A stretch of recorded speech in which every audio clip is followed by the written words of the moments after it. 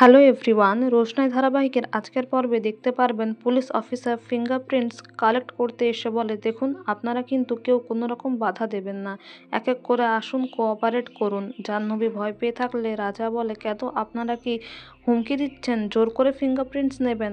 আরণ্যকের জেঠু বলে, ঠিক আছে, আগে আমরাই দিচ্ছি, এক এক করে নিয়ে নিন। গরিমা বলে, রোশনাই আর কত করতে হবে তোমার জন্য? রোশনাই বলে, আমার জন্য নয়, তোমরা যা করছো নিজেদেরকে সত্যি প্রমাণ করার জন্যই করছো।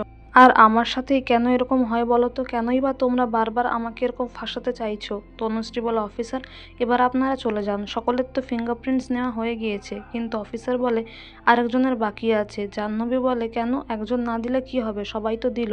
তারপর তনুশ্রী ইশারা করলে জাহ্নবী বাধ্য হয়ে এক প্রকার ভয় পায়, অ্যারেস্ট হওয়ার ভয়েই গিয়ে বাধ্য হয়ে ফিঙ্গারপ্রিন্টসটা দেয়। তারপর পুলিশ অফিসাররা চলে গেলে তনুশ্রী বলে, তোমাকে যদি কিছু বলে রিপোর্ট আসার পরে, তুমি বলো রোশনাই যখন বাইরে টুকটাক বেরিয়েছিল ফোনটা তোমায় দিয়ে গেছিলো, তাই ওখানে তোমার হাতের ছাপ রয়েছে। এদিকে গরিমা বলে, আমি আর নিতে পারছি না, এবার বোধহয় সময় চলে এসছে আরণ্যকের জীবন থেকে আমায় চলে যেতে হবে।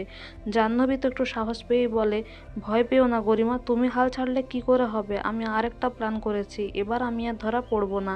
আমার এক বন্ধু আছে, লোকটা সুবিধার নয়, ওকে দিয়ে আমি গানের শোয়ে অ্যারেঞ্জমেন্ট করাবো এবং সেটা বারে।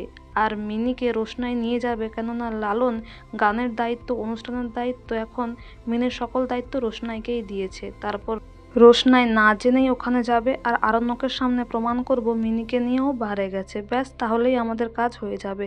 এদিকে গরিমা আর আরণ্যক দুজনে মিলে, বিশেষ করে গরিমা আরণ্যকের সঙ্গে তার ঘরে ঝামেলা করতে থাকে, বলে মেন্টাল টর্চার আমি আর নিতে পারছি না, দুটো মেয়েকে তুমি একসঙ্গে ভালোবাসতে পারো না, আমি এরম করলে তুমি কি করতে? আরণ্যক বলে, ছেড়ে চলে যেতাম। গরিমা বলে, তুমি কি চাইছো আমি ছেড়ে চলে যাই? তাছাড়া আরণ্যক বলে, তোমাকে আমি ভালোবাসতাম ঠিকই গরিমা, কিন্তু তখন তুমি অন্য রকম ছিলে, এখন তুমি আর সেরকম নও, তোমার মায়ের ইনফ্লুয়েন্সে, এই বাড়ির ইনফ্লুয়েন্সে তুমি রোশনাইয়ের অনেক ক্ষতি করেছো।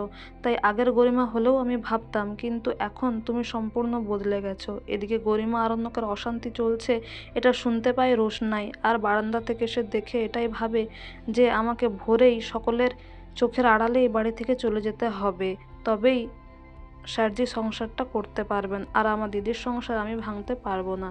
তো বন্ধুরা, এই ছিল আজকের update. Thank you for watching the video.